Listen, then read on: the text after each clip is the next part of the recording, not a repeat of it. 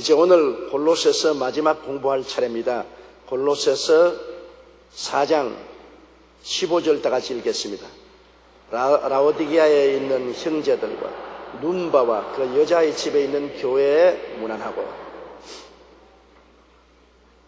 라오디게아에 있는 교회, 마게도니아 지역에 있는 교회 중에 골로새 교회도 있고 히아라볼리스 교회도 있고 라오디게아 교회도 다 있었는데, 라오디게아 교회는 우리가 생각하기를 예도순복음같이 큰 건물을 가진 그런 교회라고 생각하면 오해입니다.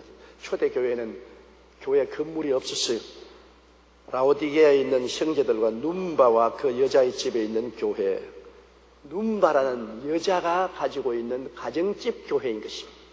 원래 여러분, 교회는 이런 큰 교회 건물이 없었어요. 초대교회 예루살렘의 교회는 어디에서 시작했느냐? 마가 요한의 다락방에서 시작한 것입니다. 마가 요한은 바나바의 친척이 되는 분인데 굉장히 예수님을 열심히 따르던 가정입니다. 그래서 베드로가 감옥에 갇혔을 때도 마가 요한의 다락방에 모인 교인들이 열심으로 철야 기도해요. 하나님의 능력으로 베드로가 노연함을 받았지 않습니까? 가정교회입니다. 그리고 오순절날에 성령 받았을 때도 마가 요한의 집 다락방에 모여서 기도하다가 성령을 받았어요. 상당히 잘 사는 집이었는가 봅니다. 왜냐하면 120여 명의 사람들이 모일 만한 다락방도 가지고 있었으니 큼직한 집에 살았던 것입니다. 그러나 초대교회 예루살렘에서 첫 교회가 바로 마가 요한의 집에서 있었던 것입니다. 그러므로 여러분, 교회는 처음부터 가정에서 시작한 것입니다. 그 가정도 주로 누가 교회를 열었느냐? 남자가 아니고 여자입니다. 빌립보의 교회를 처음 세운 루디아 아닙니까? 자주장사 루디아가 바울의 설교를 듣고 회개하고 난 다음에 자기 집 식구를 다 세례받게 하고 집에서 교회를 시작했습니다. 빌립보에서 제일 처음 시작한 교회도 루디아라는 여자 교인의 집에서 시작한 것입니다. 로마에서 교회를 시작해서 하나님 말씀을 널리 전파한 브리스길라와 아굴라도 바로 집에서 시작했습니다. 그 집에는 부인이 굉장히 활동적이어서 그 가족을 말할 때 남편 이름부터 말하지 않고 아내 이름부터 먼저 말했습니다. 성경에 브리스길라와 아굴라. 브리스길라는 여자 이름이고 아굴라는 남편 이름인 것입니다. 그런데 여자가 굉장히 활동성이 강해서 그 집안을 볼 때 부인을 먼저 생각하고 남편을 나중 생각했습니다. 그것도 역시 집에서 예배가 시작했는데 그것도 브리스길라는 여자 성도의 뜨거운 열정에 의해서 교회가 그곳에 시작된 것입니다. 이러므로 교회가 처음 시작한 것은 가정집이었다. 우리는 요사이 교회로 생각하면 종탑이 있고 큰 건물이 있어서 많은 사람들이 모여서 예배를 드리는 것이 교회라고 하는데, 이것은 그 가정집 교회가 너무나 폭발적으로 성장하니까 모일 곳을 찾아서 땅을 사고 교회를 지은 것입니다. 우리도 한 가지요. 저도 48년 전에 교회를 지을 때 깨밭에 천막을 치고 교회를 시작했지만 실제는 그 전에 우리 최하실 목사님이 임시 거처로서 조그마한 벽돌집 건물을 지었는데 그 안채에서 예배를 시작한 것입니다. 그 안채에서 제가 상도동 선교사집에 살면서 왔다 갔다 하면서 주일날 그 안채에서 5사람을 모아놓고 예배를 시작했는데, 그 안채에서 예배 사람들이 점점 많아져서 조그마한 집에 한 20명 모이니까 터져나갈 것 같아요. 어디에 있을 데가 없어요. 그래서 깨밭에 천막을 치고 가마니를 깔고 정식으로 예배를 시작한 것입니다. 그전에는 예배를 봤지만은 가정예배식으로 봤기 때문에 정식 교회로 인정을 받지 못했습니다. 그냥 가정예배로 가정에서 예배를 드리다가 깨밭에 천막을 치고 가만히 깔고 난 다음부터 정식 교회로 인정을 받아 천막교회지만은 교회가 탄생한 것이 1958년 5월 18일이었습니다. 그러므로 모든 교회가 반드시 좋은 건물로부터 시작하는 것은 아닙니다. 우리 교회가 500개 교회 개척을 계획하고서 교회 개척을 하는데 그 중에 가끔 집안 재물을 다 팔아가지고서 땅을 사고 교회를 지어서 개척하는 제자들도 있지만 대다수의 제자들이 있는 건물을 세내어서 예배를 드립니다. 있는 건물을 쓴. 그 요사이는 그래도 그런 정도의 경제력을 우리 교회에서 대어줌으로 있는 건물을 빌리지요. 옛날 초대교회에는 핍박이 심하고 어마어마하게 고통을 당할 때이기 때문에 있는 건물을 빌릴 수도 없어요. 그냥 집에서 가정교회를 드리는데 바로 여기 골로새 편지하기를 갈라디아에 있는 모든 형제들과 눈바와 그 여자의 집에 있는 교회에 문안하라고 바울 선생이 로마 감옥에서 편지를 했습니다. 그런데 요사이 우리 아무리 큰 교회라도 큰 교회가 짜게지고 짜게져서 적은 소그룹인 구역으로 예배를 드리고 있잖아요. 구역은 사실은 1964년도에 우리 여의도 순복음교회에서 우리가 처음 공식으로 출발한 구역운동이 오늘날에는 전 세계로 퍼져서 모든 교회가 소그룹이니 뭐 성경구락분이 여러 가지 이름은 다르지만은 소그룹으로 시작한 것입니다. 우리도 1964년 서대문에서 구역 예배를 시작한 것입니다. 그런데 오늘날 이 큰 교회보다도 구역이 왜 필요하냐? 사람들이 그 말을 묻습니다. 뭐 교회가 있어 주일 예배 보고 수요일 예배 드렸으면 됐지 구역 예배가 왜 필요하냐? 그런 질문을 하는데 필요한 이유가 있습니다. 오늘날 사람들은 교회에 다 나오지만 교회에 많은 사람들이 모이는 교회는 그냥 나그네입니다. 나그네. 내가 오면 그저 오는가 보다 가면 가는가 보다지 나그네지.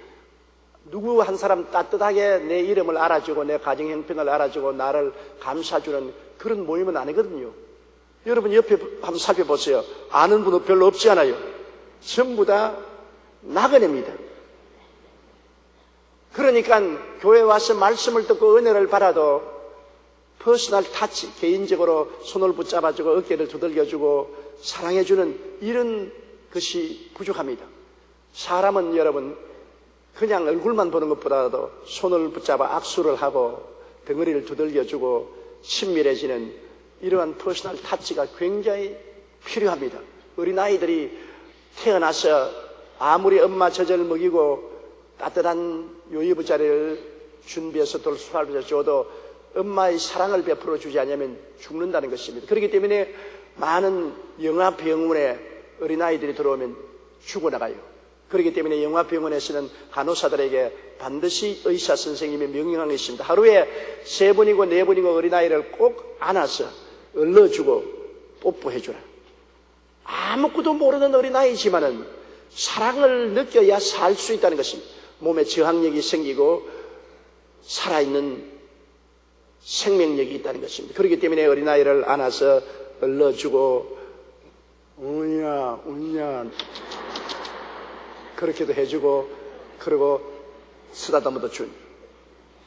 옛날에 6.25 사변 때 많은 고아들이 고아원에 있었습니다. 더구나 정상적인 고아보다도 외국인 사이에 난 고아들 혼혈아들이 많은 고아원들에 있었고 그 고아원에 제가 방문을 하면 정말 가슴이 찡해서 견딜 수가 없어요. 그때 느꼈던 것이 지금도 사라지지 않습니다. 왜냐하면 그 애들이 달라들어서 끌어안겨서 절대로 안 떨어지려고 합니다.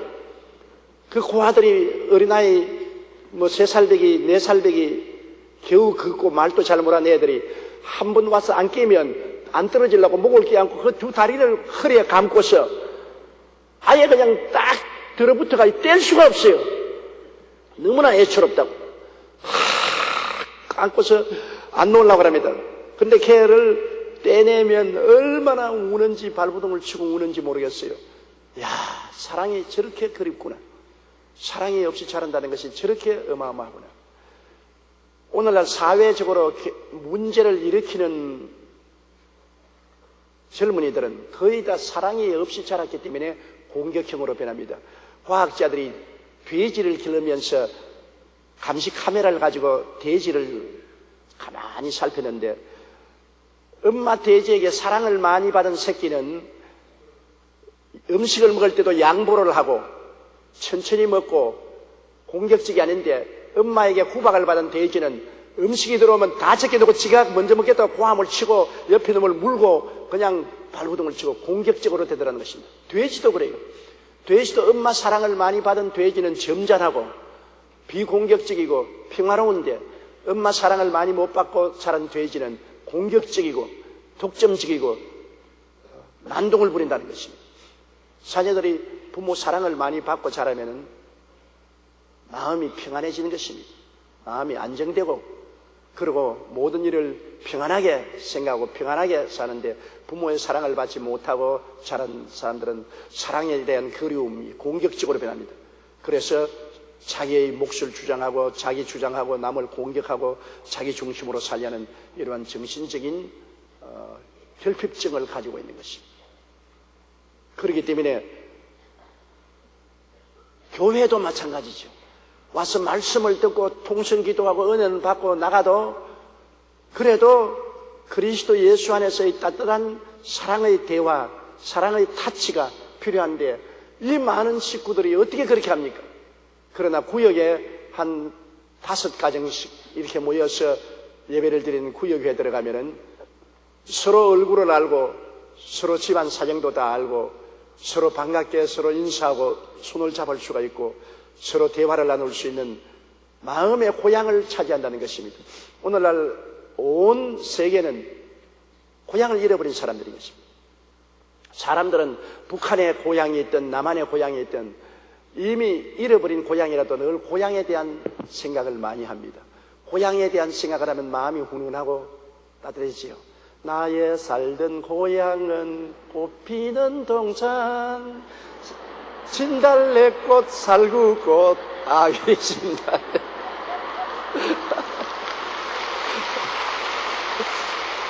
하도 옛날에 불러서 다 까먹어버렸어요.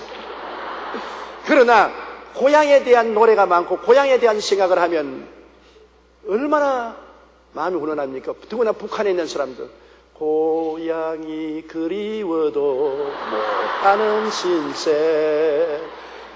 고향이 그리워도 못 가는 신세. 고향, 왜 그러냐? 고향이란 말은 마음을 흐뭇하게 합니다. 우리가 고향에서 자라면 산천도 다 친근합니다. 나무도 친근하고 산과 들도 친근하고 꽃 피고 세우던 것도 다 마음에 친근하고 이웃 사람들도 다 내 집 식구같이 서로 다 친근하고 적대감이 없이 사랑 가운데 사는 그 훈훈한 보금자리가 고향인 것입니다.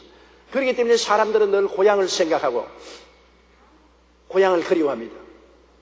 그런데 이제 오늘날에 와서는 고향이 없어지지 않습니까? 우리 노래도 보면 고향에 돌아와도 그리던 고향은 아니런가.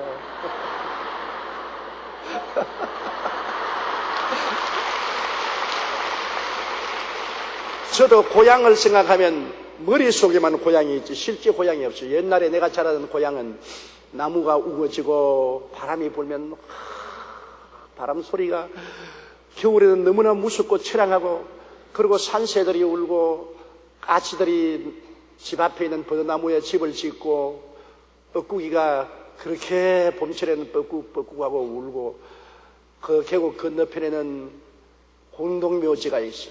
항상 젊은 아낙네가 흰 옷을 입고 와서 슬피 우는 소리를 듣고, 또 그렇지 않으면 상년을 걸고 의하옹 의화남차 의하옹 이제 가면 언제 오나 의하옹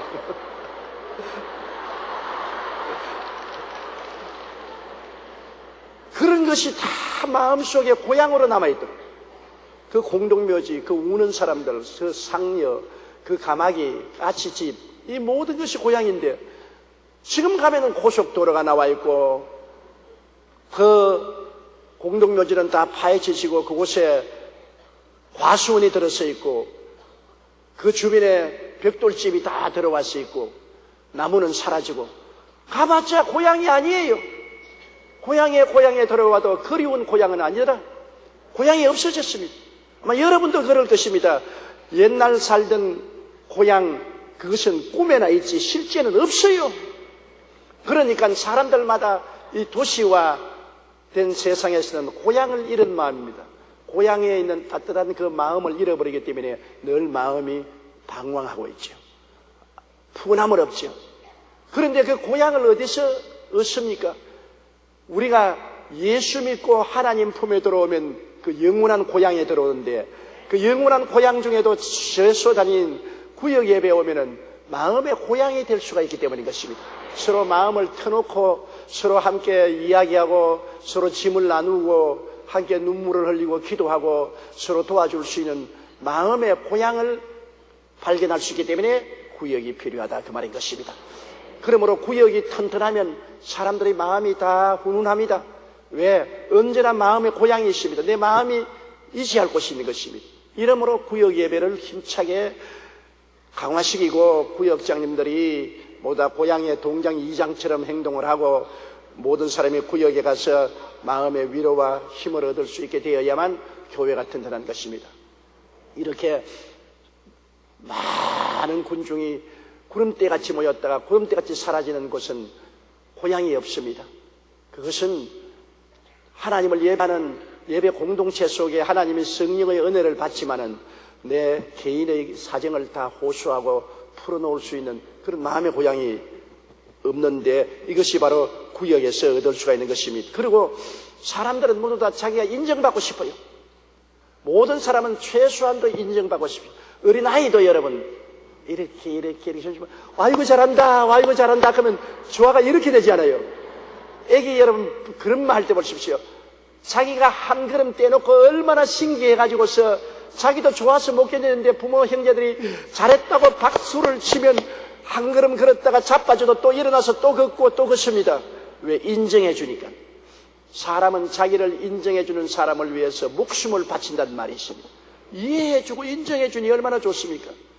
제일 오늘날 가정적인 불행의 근원은 부부간에 서로 인정을 안 해주기 때문에 문제가 생기는 것입니다. 남편이 아내가 뭘 하는 것을 알아줘야 돼요. 아내가 수고하고 무거운 짐을 지고 가사를 돌보는 것을 알아준다. 알아주고 그냥 속으로만 알지 말고 종종 고맙다고 말하고 칭찬을 해요. 칭찬은 여러분 기계에 기름 붓는 것입니다. 칭찬은 좀 과대평가해도 좋습니다. 아, 참 잘한다, 정말 훌륭하다, 정말 멋있다. 그 칭찬이 굉장히 마음에 기름 부음이 되고 큰 힘이 되는 것입니다. 그것이 다 뭐냐면 자기 정체성을 확립시킵니다. 아, 내라는 존재가 가치가 있구나. 내 수고하는 것을 알아주는 사람이 있고 내가 잘하는 것도 알아주는 사람이 있구나. 내 정체성이 확립됩니다. 아, 내가 이런 사람이다. 그런 정체성이 얼마나 필요한 겁니다. 어린애도 그렇고 어른들도 한 가지입니다. 최근에 제가 어느 고등학교 여학생에게 편지를 받았는데요. 자기는 자기 인정받고 싶었어. 학교와 집에 인정을 받고 싶었어. 어마어마하게 눈물을 흘리고 공부를 해서 전교 8등을 했다. 그런데 공부를 잘하려고 한 것이 아니라 인정받으려고 그렇게 했다. 나는 그 편지를 받고 마음이 찡했습니다. 얼마나 집안에서 인정을 안 해주고 학교에서 왕따를 당했기에 어찌한지 왕따를 면해보고 집안에서 인정받으려고 8등까지 했다가 너무 지쳐가지고서 나중에 나가 떨어졌는데요. 공부를 하다가 이제는 제일 꼴찌에서 몇 등을 하고 있다고 그랬습니다. 사람은 인정받기를 원합니다. 여러분도 다 아버지 어머니로서 인정받기를 원하잖아요. 늙어지면 자꾸 일에 간섭을 합니다. 왜? 늙어지면 가족들이 다 모여서 아들, 손주, 아들, 딸들도 다 자기끼리 이야기하지 늙어있는 구석에 그냥 남겨놓거든. 그렇기 때문에 늙으니까 자꾸 뭐? 무슨 말 했어? 나도 말해줘. 뭐라고? 귀는 안 들리는데 고함은 꽥꽥 칩니다. 제가 불광동에서 목회할 때 80살 먹는 할머니인데 그 딸은 여자 고등학교 교장 선생님이었어요. 잘 살았어요 그때. 그리고 손자 손주들이 많고 집에도 가면 그 할머니 방에 좋은 요리조리 깔아놓고 좋은데 그 할머니 구태여 교회 오면 한 평도 안 되는 내 방 내 혼자 누우면 다 누워버리는 흙집에다가 그 방에 꼭 들어와서 앉아서 안 간다고요. 참 기가 막혀. 그냥 예배당에 오면은 일찍 와도 내 방에 들어 앉아있고, 예배 마치고 난 뒤도 저기까지 거기 앉아있고, 내가 먹는 밀가루죽도 숟가락만 가져와. 그러고서 내 죽을 같이 먹으니까 나는 적게 먹지 않아요. 자기 집에는 좋은 호의호식 하는데. 그래서 할머니 집에 가세요. 딸도 있고 손주 손녀들도 다 있는데 왜 이 추운데 이 조그마한 방에 와서 이랬어요. 가세요. 그러면 내가 싫어? 아니 싫지는 않죠. 사실 싫지만은 또 어떻게 조이 싫다고 말합니까? 우리 집에 가면 아무도 나를 알아주지 않아. 딸은 학교에 가서 아침 일찍 출근하면 저녁 늦게 들어와서 내 얼굴도 한번 볼 수 없고, 손자 손주들은 자기끼리 모여서 이야기하지 나는 이야기도 안 들려줘. 나는 집에 가면 혼자야. 아무도 말해주는 사람 없어. 나는 없는 것하고 한 가지야. 그런데 여기 오면 전도사님이 날 반가워해 주지 않아. 날 알아주고. 그러니까 여기가 이렇게 좋다고. 자기는 좋은데 나는 죽을 지경이야. 그런데 내가 지금까지도 마음에 쓰린 것은 80 먹은 할머니가 하루는 조전도사, 예, 내가 싫지. 그래서 싫다고 말하고 싶은 게 여기까지 올라와도 왜 싫어요? 하나님의 귀한 딸인데. 그러니까 손을 이렇게 꼬더라고요. 이렇게. 내 나이 많다고 무시하지 마. 마음은 처녀야. 아유, 정말 죽을 뻔당했네.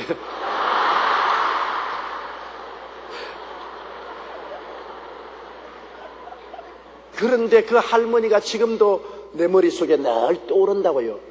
세월이 얼마나 흘렀습니까?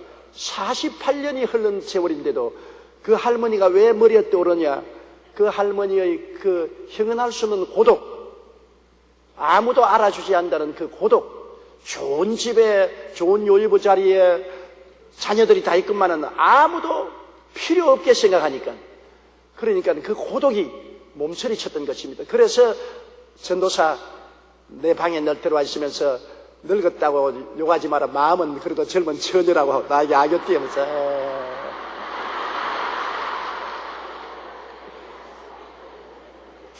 그게 늙는 것이 슬프다는 것입니다. 늙는 것이 왜 슬픕니까? 늙으면은 사람들이 다 한쪽으로 밀쳐버리기 때문인 것입니다.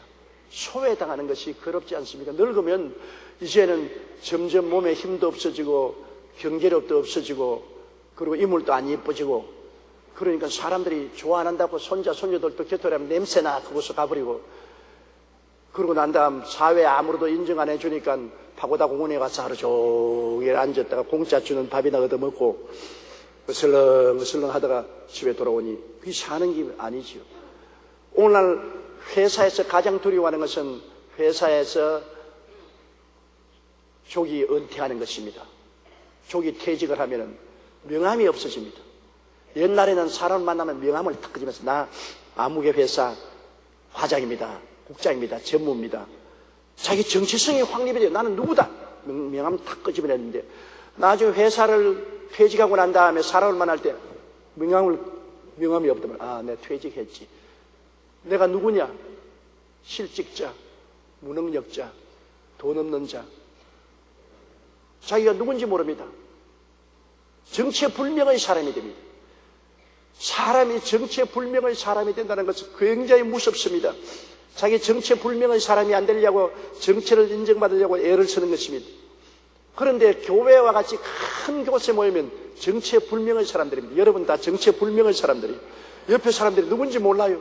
정체불명의 사람들입니다. 그런데 구역예배에 나가면 자기 정체성이 확립되어요. 구역에 나가면 아이고 아무개 집사, 아이고 아무개 권사님, 그리고 또 아무개 아빠, 아무개 엄마 서로 다 알아주고 인정을 해주니까 정체성이 확립되는 것입니다. 그래서 구역예배가 좋다는 것입니다. 구역예배 가면은 서로 얼굴을 맞대고 서로 이름을 불러주고 서로 익숙해지고 정체성이 확립되는 것입니다. 이래서 좋지요. 그래서 이 도시화 속에서 밤낮 당하는 고독, 그 다음 스트레스에서 적어도 구역 예배 가서 해방이 될 수 있어요. 이 도시화 속에는 정말로 고독하지요. 길거리에 여러분 가다가 누가 병이 들어서 쓰러져 있어도 사람들 다 비껴가지. 누가 돌보려고 합니다. 이렇게 많은 사람들이 많아도 누가 쓰러져 있으면 다정하게 돌보려고 합니다. 요사이 노인들이 집에서 혼자 살다가 세상을 떴는데 세상 뜨고 난 다음에 뭐 열흘이고 한 달 후에야 비로소 죽은 시체를 발견하는 적이 종종 있지 않아요. 이웃에 대해서 무관심합니다. 아파트 건물에 앞뒤 집 살아도 식구가 몇인지도 모르고 뭘 하는지도 모르고 무관심합니다. 우리만 살아가면 되지. 그게 옛날 시골의 고향하고는 틀리잖아요. 고향은 이웃집 밥숟가락 수도 다 안다고요. 나도 어릴 때 우리 집은 잘 살았습니다만 못 사는 사람 아랫집에 아침만 먹으면 나는 그 집에 들어간다고요. 그 집 방 안에 들어가서 앉아도 누구도 들어오지 말을 안 해요. 고향에서 옛날 살 때는 너 집이 내 집이고 내 집이 내 집이야. 그 집 안방에 내가 들어가서 그냥 언제고 낮이고 밤이고 그냥 문 열고 들어가서 있어도 나가란 말 안 하고. 우리 음소언니라고 우리 집에서 머슴살이 하시는 분이 결혼을 했는데 새댁을 데리고 왔는데 나는 그 집에 새댁에 아주 밤낮으로 출입을 했다고. 이제 생각하니까 참 무지막지한 노릇을 했어. 왜냐하면 문을 확 열고 들어가면 두 사람이 있다가 깜짝 놀라는데 내 속으로 왜 놀라는지도 몰랐다고 그때 어리니까. 그래서 그 새댁이 가지고 있는 그라분도 내가 찍어서 바르고 그래도 용납을 방했다. 그게 옛날에 고향이었다고. 근데 요사이는 너무나 고독하잖아요. 전부 남에게는 관심이 없고 내 권리 주장만 하고 내 개인주의적으로 꽉 사는 이러한 시절에 그 외롭고 또 스트레스가 많지. 뭐 사는 것이 생존 경쟁이 엄청나게 심하니까 스트레스가 많죠. 못 사는 나라처럼 웃는 사람이 많고 잘 사는 나라처럼 찌끄린 사람이 많습니다. 여러분 행복지수를 조사하니까 저 못 사는 방글라데시나 카자흐스탄이나 저런 못 사는 나라의 사람들이 행복하다고 하는 사람이 스위스나 노르웨이, 덴마크 사람보다 많아요. 왜? 없는 사람이니까 아무것도 없으니까 웃기나 웃어보자는 겁니다. 해보놓으니까 싸울 것도 없는데 조금이라도 경제력이 있고 잘 살면 더 잘 살라고 더 생존 경쟁력이 치열해집니다. 사람이 잘 살면 잘 살수록 더 생존 경쟁이 치열해집니다. 더 많이 가지려고 하고 더 투쟁을 합니다. 못 사는 사람은 다 손 털어버렸으니까 아이고 러닝샷자나 걸치고 반사나 입으면 됐지. 그 다음에는 끄적대기 깔고 살고 경쟁하지도 아니하고 너들 웃어 웃고 살아보자. 그러니 스트레스가 적지요. 우리 한국도 옛날에는 스트레스가 무슨 말인지 몰랐어요. 스트레스라는 말을 몰랐어요. 그런데 요사이는 약간만 하면 스트레스 받는다 그러거든. 그건 왜냐하면 너무나 생존 경쟁이 심해지니까 점점 더 스트레스를 받습니다. 북한에서 내려온 사람들이 제게 하는 말을 제가 여러분들한테 남한에 도저히 살 수가 없다는 거죠. 왜냐하면 이렇게 심한 경쟁에 어떻게 살아나느냐. 북한에는 정부가 다 집도 정부가 가지고 있고 땅도 정부가 가지고 있고 공장도 정부가 있고 소유한 것이 없어. 내 거라고 주장할 것 없어. 그러니까 일을 하러 나가면 하루 종일 밭에 나가서 풀 한 포기만 뽑아도 배급받는다는 겁니다. 그러니까 일이 안 돼. 농사 짓는다고 나가서나 서로 일 적게 하려고 공장에서도 제품 숫자만 맞추면 되지 질은 형편을 그게 공산당이 안 되는 것이. 그러니까 스트레스는 없지. 내가 풀 한 포기만 뽑아도 배급 다 먹고 신 10켤레 만들면 밑창이 없는 신 숫자만 10켤레 맞춰놓으면 되거든. 그게 팔리든 안 팔리든 그건 상관할 것 없어. 그러니 공산주의는 일할 이욕을 빼앗기 때문에 경제가 파탄이 되고 전부 거지가 됐지 않습니까? 그런데 그 반면에 아무 일도 안 하고 책임을 안 져요. 나라가 망하든 흥하든 공정이 망하든 농사가 되든 책임질 거 있냐? 윗사람이 따라하지. 스트레스가 없어요. 그런데 대한민국에 나와 보니까 우리는 정부에서 먹여주지 않지 않아요. 우리가 다 열심히 노력해서 사니까 아침에 일찍 일어나고 저녁에 늦게 누우며 수고해야 먹고 사는 굉장히 스트레스가 걸리는 것입니다. 그래서 북한에 있다 온 사람들이 도저히 스트레스에 걸려서 살 수가 없다. 이렇게 무시무시한 생존 경쟁 속에서 어떻게 살아나가느냐. 앞으로 남북 통일이 돼도 거대한 문제가 있습니다. 북한에 있는 사람들은 남한의 이 생존 경쟁의 스트레스를 견뎌내지 못합니다. 정신적으로 고통스러워서 살 수가 없어요. 그렇기 때문에 통일도 빨리 통일되는 것은 재앙이 될 수 있습니다. 그래서 서서히 북한에도 자본주의가 들어가서 서서히 서로 생존 경쟁이 일어나고 개인 소유에 대한 것이 일어나고 그래서 저항력이 생기고 난 다음에 통일이 돼야지요. 지금 자기 통일되면 북한 사람 정신적으로 견디지 못하고 정신병 들 사람 무수히 많습니다. 우리 오늘날 산업화 시대, 도시화 시대의 이 경쟁 때문에 스트레스가 많습니다. 전부 상대를 경쟁 대상으로 보지 친구로 보지 못하는데 그래도 구역 예배 가면은 여러분 우리가 마음의 고독을 풀 수 있고 스트레스를 풀 수 있지 않습니까? 경쟁 대상으로 보지 않고 도와주는 대상이 안 됩니까? 서로 가정 문제가 있으면 함께 기도하고 그래도 만일 어려운 문제가 생기면 서로 쌀이라도 모아주고 의복이라도 모아주고 자녀들 결혼식에도 같이 가서 음식도 해주고 도와주고 이렇게 서로 협조하는 곳이 되기 때문에 스트레스가 풀립니다. 고독이 없어지고 스트레스가 풀리는 이러한 일이 있고 마음의 쿠션이 되어요. 나는 어제 텔레비 보고 놀랐습니다. 저 오스트라리아에서 번지 점프라고 높은 데 올라가서 탁 뛰어내리는 번지 점프 있잖아요. 그런데 부인하고 함께 여행을 갔다가 번지 점프하는 곳에 가는데 굉장히 높은 곳에서 뛰어내리는데 부인이 남편 보고서 당신 저기 올라가서 뛰어내릴 용기가 있느냐 하니까 남편이 부인 그 말 듣고 못한다는 말 못하잖아요. 남자는 장딱과 같아서 꾹꾹꾹꾹꾹꾹꾹꾹 그래서 암탉이 이렇게 자기 과시가 남자는 심합니다. 남자는 어쩐지 부인에게 자기 과시를 하라는 그런 허영이 있어요. 그 40이 넘은 남자가 부인이 농담 삼아 당신 저 번지 점프 할 수 있냐 하니까 할 수 있다고 말해놓고 안 올라갈 수가 없었어요. 올라갔어요. 그거 올라갔는데 번지 점프를 제가 뛰었는데 그 번지 점프하는 회사가 잘못해가지고 줄 고리를 안 걸어놨어요.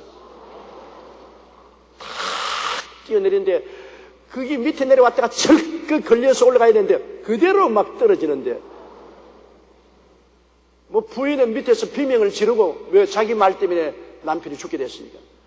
그런데 마침 그 밑에 큰 고무풍선이 있었어요. 고무풍선이 있었는데 살락하니까 그 고무풍선 위에 떨어졌어요. 고무풍선에 꽝 하는 소리가 나면서 고무풍선이 터지면서 그 사람은 뼈는 박살이 났지만은 안 죽고 살았어요. 그런데 그가 살은 것은 쿠션 때문에 그렇습니다. 그 높은 데서 떨어지는데 고무풍선이 쿠션이 돼. 쿠션이 돼가지고 팡 하는 푹신하게 해주니까 살았거든요. 인생을 사는데도 쿠션이 필요한 것입니다. 우리 예수 믿는 사람이 왜 좋으냐? 성령이 우리의 쿠션이 되는 것입니다. 성령은 여러분 위로의 영 아닙니까? 영어로는 컴포트, 위로하는 자라는 것입니다. 위로하는 자. 성령이 우리 마음의 쿠션이 되어서 우리가 심한 외부적인 상처를 입고 심령의 고통이 당와도 하나님께 울고 부르짖을 때 성령의 마음을 받쳐주는 것입니다. 쿠션이 되어주는 것입니다. 쿠션이 굉장히 중요해요. 그런데 우리가 인생을 살면서 가족이 왜 좋으냐? 이웃보다도 가족이 좋은 이유는 가족은 여러분 외부에서 상처를 받았을 때 그 상처를 부드럽게 해주는 쿠션 역할을 합니다. 남편이 회사에서 어려움을 당하고 많은 고통을 당하도 집에 오면 부인이 위로해주고 자녀들이 다 얼싸 안아주고 그게 쿠션입니다. 마음에 쿠션이 있어서 상처를 치료받을 수 있죠.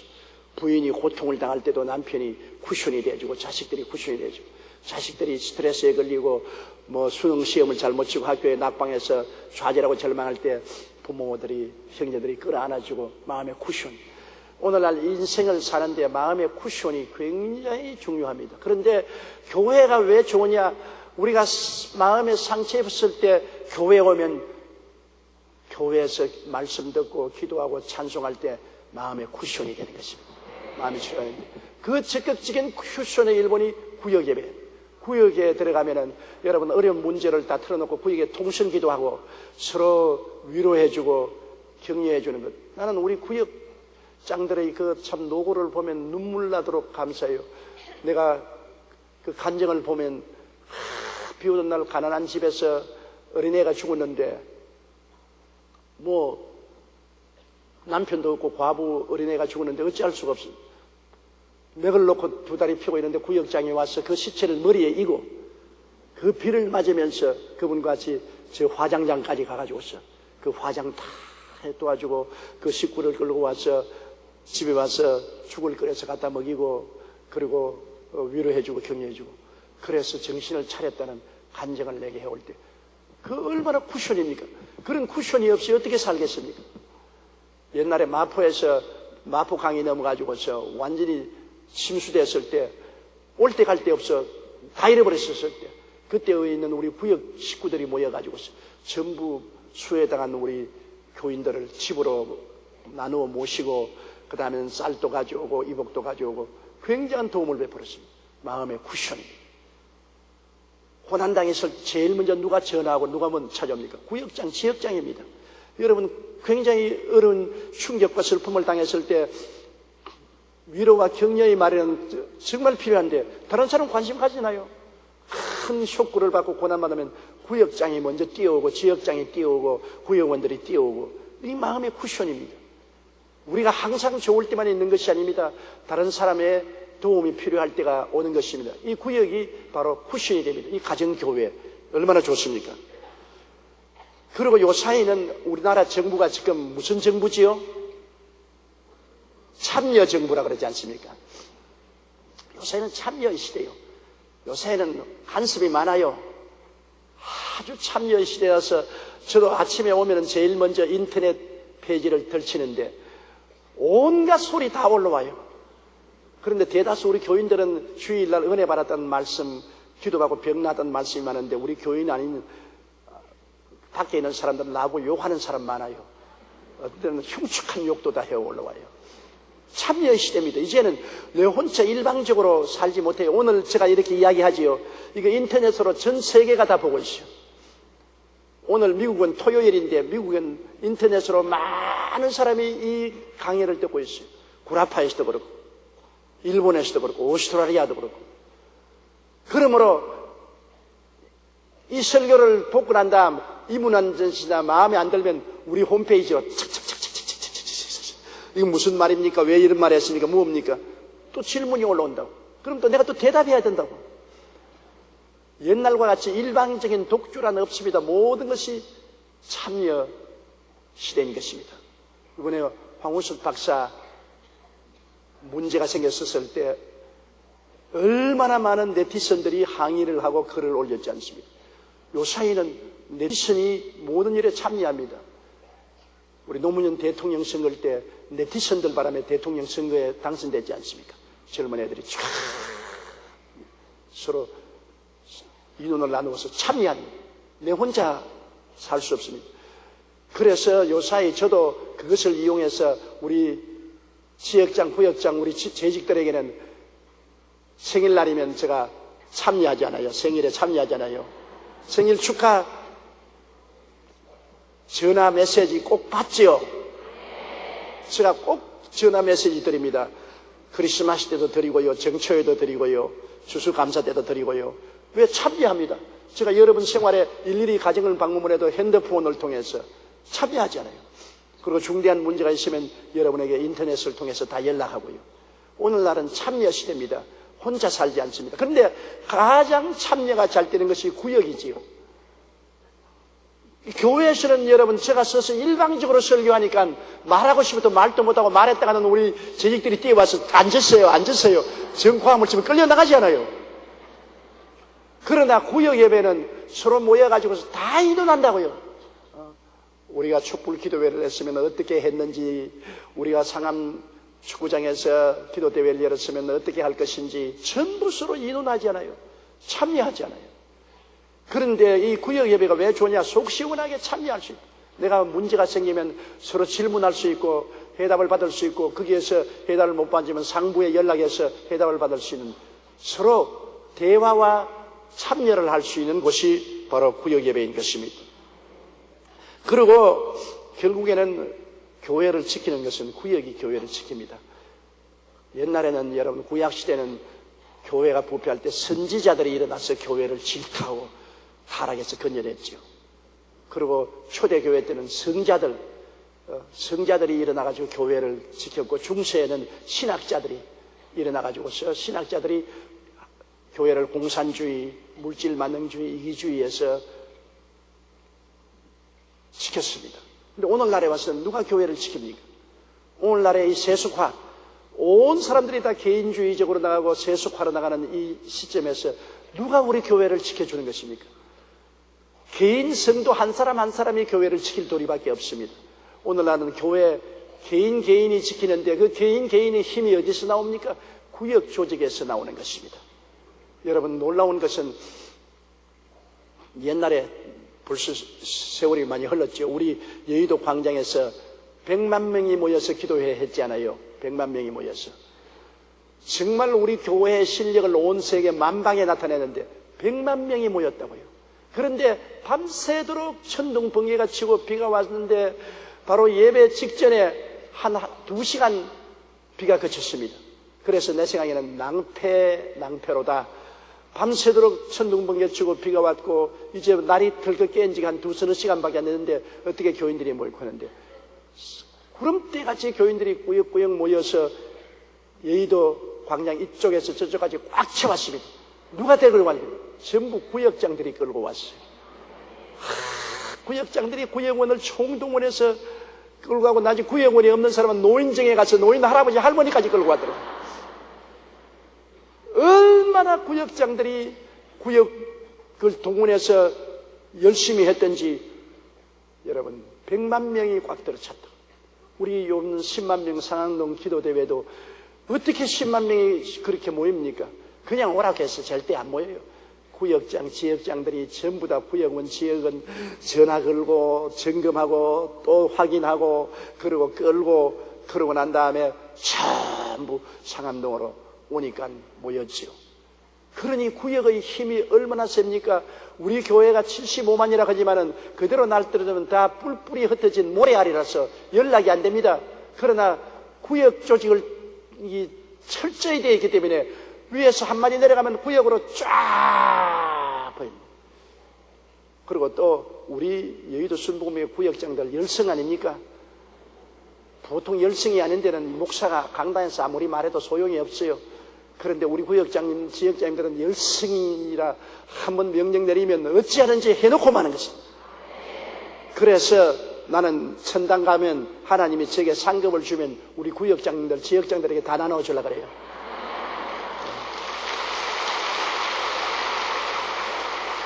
왜냐, 이 수요일날 이 추운데 이 교회를 꽉 채우는 것은 누굽니까?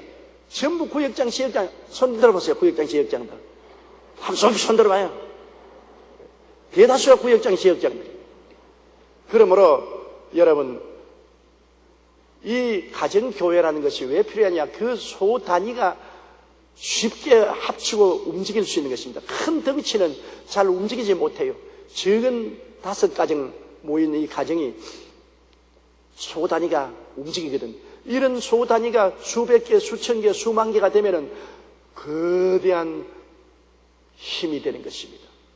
이러므로 우리 여의도 순복음교회가 쉽게 무너질 줄 생각하는데요. 사람들은 말하기를 여의도 순복음교회 한방 때리면 무너진다고 생각하는데 그렇게 쉽게 무너지지 않아요. 어마어마한 조직이 되어 있다고. 뿌리 깊은 나무가 쉽게 넘어지지 않잖아요. 우리의 뿌리는 구역의 조직에 있는 것입니다. 구역 조직이 쫙 뿌리가 내려 있으니까 때문에 이 뿌리가 쉽게 뽑히지가 않지요. 이러므로 초대교회는 왜 그렇게 강했느냐? 가정교회 때문에 강한 것입니다. 초대교회가 5가정, 10가정이 모인 눈바위 집에 있는 그 여자의 집 교회처럼 가정교회로 요사이 말하는 구역 조직으로 점점이 도시에 들어갔습니다. 이것이 힘이 있어요. 로마가 복음화될 때 전 로마에 있는 예수 교인들은 인구의 9%밖에 안 됐습니다. 인구의 9%밖에 예수를 안 믿었지만 왜 힘이 있느냐? 이 9%는 숫자적인 9%가 아니라 단결된 9%입니다. 거의 다 가정예배로 일사불란하게 단결되어 있기 때문에 전 로마 시민의 9%가 로마를 뒤엎어서 결국 기독교 국가로 만들어버리고 말한 것입니다. 사람이 많다고 힘이 있는 것 절대로 아닙니다. 사람은 단결해야 힘이 있습니다. 단결 안 하면 뭡니까? 오합지졸이라고 합니다. 오합지졸은 아무리 군중이 모여도 힘이 없어요. 그러나 조직되고 단결된 것은 어마어마한 힘이 있다고요. 어마어마한 힘이 있어요. 그러므로 조직과 단결, 이것이 오늘날 교회의 힘의 근원인 것입니다. 교회당을 크게 짓고 교인들을 많이 모아놨다 해도 무슨 일이 생기면 다 모래알처럼 와르르 허물어지면 교회가 무슨 힘이 있습니까? 그러나 교회가 이 가정예배로 구역 단위로 탁 단결되어 있어서 소식이 전하면 이 구역들이 하나로 뭉쳐서 나오면은 어마어마한 힘이 되는 것입니다. 그래서 바울 선생께서는 여기에 편지하기를 라오디게아의 교회에 읽게 하고 또 라오디게아로서 오는 편지, 이건 다른 소리 했네. 라오디게아에 있는 형제들과 눈바와 그 여자의 집에 있는 교회에 문안하고. 초대교회도 여자가 없으면 교회 안 돼요. 처음 초대교회 브리스겔라와 아길라, 그렇지 않으면 눈바, 그렇지 않으면 루디아, 전부 마가요한, 전부 여자들이 교회를 세운 것입니다.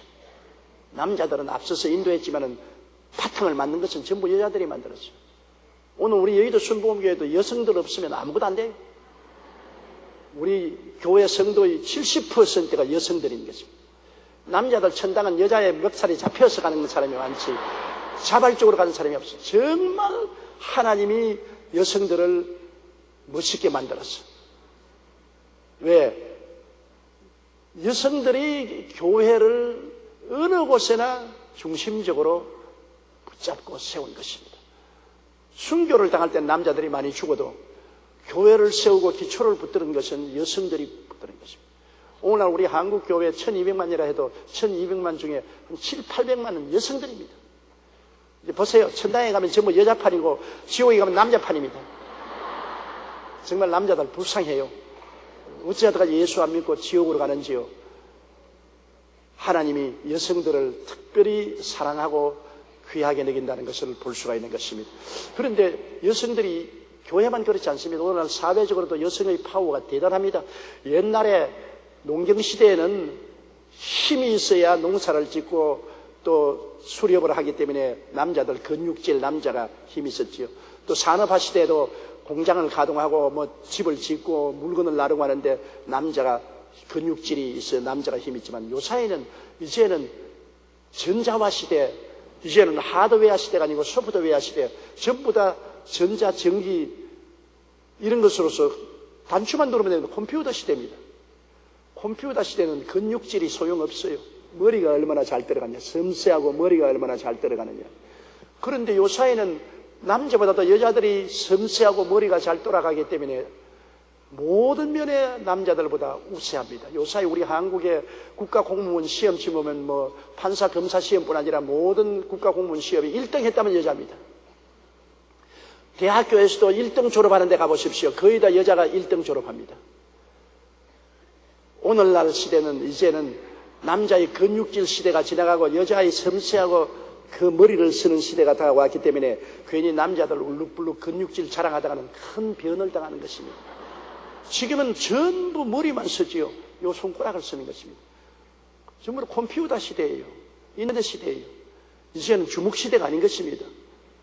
앞으로 전쟁도 여러분 이제 남자들이 뭐 총 들고 산으로 들로 귀국하는 시대는 지나가고 뒤에 앉아서 컴퓨터를 가지고서 전쟁을 할 것입니다. 그렇기 때문에 그때는 이제 남자들만 군대에 가지 말고 여자들도 다 군대에 가야 돼요. 왜? 이제는 근육질로 싸우는 시대가 아닌 것입니다. 이러므로 나는 더구나 다른 사회 여러 분야에도 여성들이 많이 진출해서 우리 사회를 더 잘 살게 만드는 건 고마운 일인데 무엇보다도 교회 우리 여성들이 많이 진출해서 교회의 튼튼한 밑바탕이 되어주므로 너무나 감사하죠. 우리 여성들이 교회의 기초고 하늘나라의 기초가 되는 것입니다. 하나님께 감사하죠. 자, 그 구절을 하나하다가 오늘 또 다 하고 말겠네.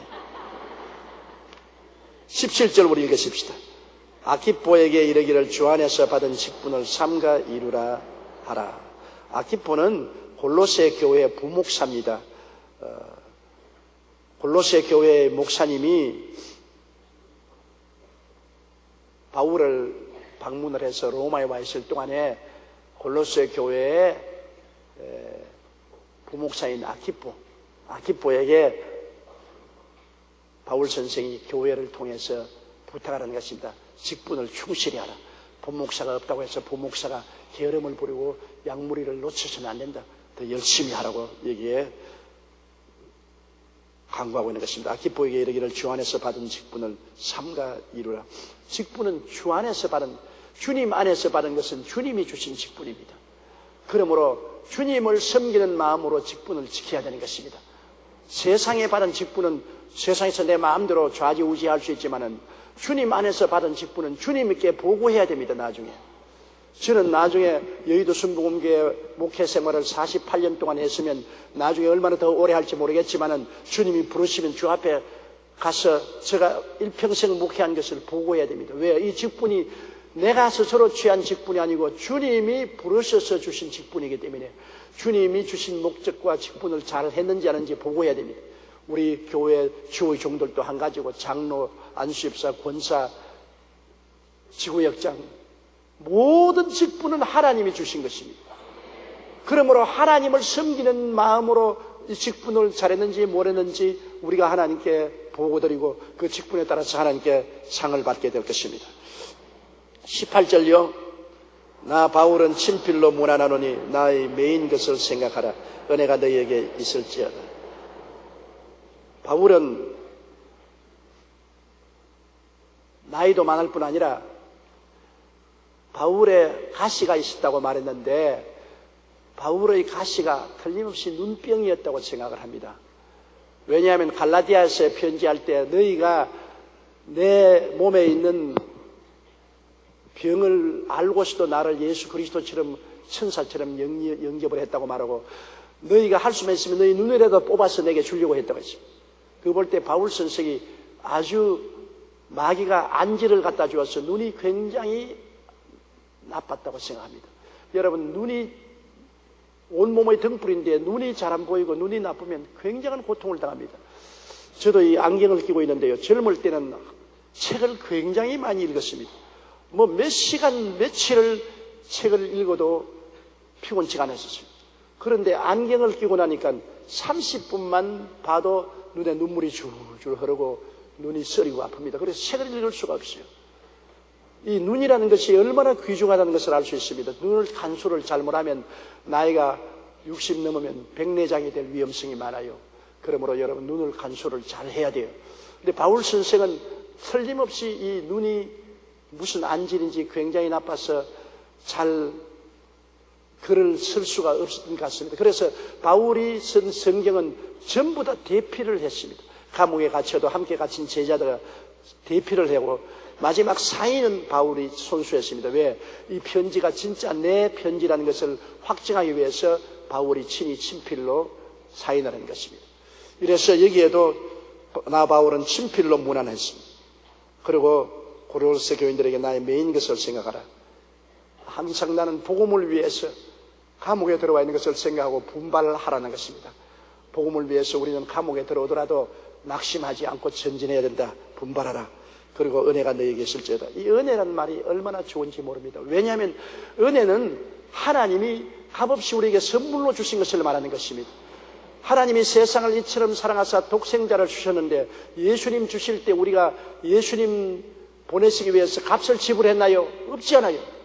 하나님이 은혜로서 예수님을 주시고 예수님이 십자가에 못 박여 몸짓고 피 흘려서 죽으심으로 다 이루실 때 우리가 세운 공로가 하나도 없습니다. 주님이 내가 다 이루었다 하실 때 우리의 구원의 모든 필요한 것을 100% 다 이루어 놓으신 것입니다. 우리가 수양과 도덕을 좀 닦아야 구원을 받는다. 직선을 많이 해야 구원을 받는다. 노력을 해야 구원을 받는다. 이런다면 문제는 다르죠. 그건 은혜가 아니죠. 은혜 플러스 인간의 공로가 되지요. 그러나 예수님이 내가 다 이루었다는 것은 예수님 은혜가 50%고 우리 노력이 50%인 것도 아니고, 예수님의 은혜가 80%고 우리 노력이 20% 되는 것도 아니고, 예수님의 은혜가 99%고 우리 노력이 1%라도 보태진 것이 아니고 100% 주님 은혜라는 것입니다. 100% 주님의 은혜. 우리는 한 것이 아무것도 없어요. 우리 보고 1%라도 공로를 세우라면 공로를 세울 사람 아무도 없어요. 1% 공로를 세울 사람 없어요. 우리는 죄인입니다. 일평생에 먹고 살면서 지은 죄밖에 없습니다. 내 인생 살아온 길 뒤를 돌아보니 걸음마다 자옥마다 죄뿐입니다. 젊었을 때는 제법 잘난 줄 알 때가 있었어요. 저도 젊었을 때는 나가 정말 세계적인 주의 종이 될 수도 있다고 생각하고 그런 자부심도 있었는데, 나이를 먹고 시들어져 가니까 돌아보니 보이는 것은 죄밖에 없어요. 내 평생 살아온 길 뒤를 돌아보니 걸음마다 자옥마다 다 죄뿐입니다. 쓰리고 아픈 마음 가눌 길 없어서 골고다 언덕길을 지금 찾아옵니다. 갈 길이 없어요. 걸음마다 자국마다 죄밖에 없으니 나를 구원해 줄 것은 100% 용서해 주고 은혜로 끌어안아주는 예수님밖에 없는 것입니다. 그 은혜를 인하여 믿음으로 말미암아 구원을 얻는다니 이것이 우리에게서 난 것이 아니요 하나님의 선물이라 행위에서 난 것이 아니니 누구든지 자랑치 못하게 하려 함이라. 전적으로 은혜로 구원을 받고 하나님의 선물로 구원을 받았습니다. 그러므로 예수님이 날 위해서 다 이루어 놓으시고 은혜로 주신 구원을 믿음으로 받았으니 이제는 그 은혜에 보답하는 삶을 살자는 것입니다. 너무나 큰 은혜를 받았으니 우리가 이 은혜에 보답하는 삶을 살기 위해서 정의롭고 거룩하고 충성스럽고 탐욕을 버리고 주님 뜻대로 살려고 노력해야 된다는 것입니다. 은혜를 원수로 갚는 사람은 아주 고약한 사람 아닙니까? 하나님의 이 너무나 넘치는 은혜를 보답하기 위해서 우리는 회개도 자꾸 하고 애쓰고 노력하는 것은 우리 그 공로 때문에 우리가 구원받는데 도움을 주는 것은 아닙니다. 전적으로 100% 값없이 공짜로 은혜로 구원을 받았으니 우리가 보답하는 마음으로 하나님 자녀답게 살려고 발부둥을 치자는 것입니다. 끝까지 우리는 발부둥을 칩니다. 발부둥을 친다고 해서 우리가 더 좋은 삶이 될지 안 될지는 모르지만은 그래도 발부둥을 치는 사람은 여러분 하나님께 영광을 돌릴 수가 있는 것입니다. 그러므로 예수 그리스도의 은혜가 너희에게 있을지어다. 이 은혜는 그리스도 안에서 항상 우리와 같이 계심으로 이 은혜를 깨닫고 받아들이고 믿고 감사하고 늘 은혜로 구원받은 것을 입으로 시인하며 사는 여러분 되시기를 주님 이름으로 축원합니다.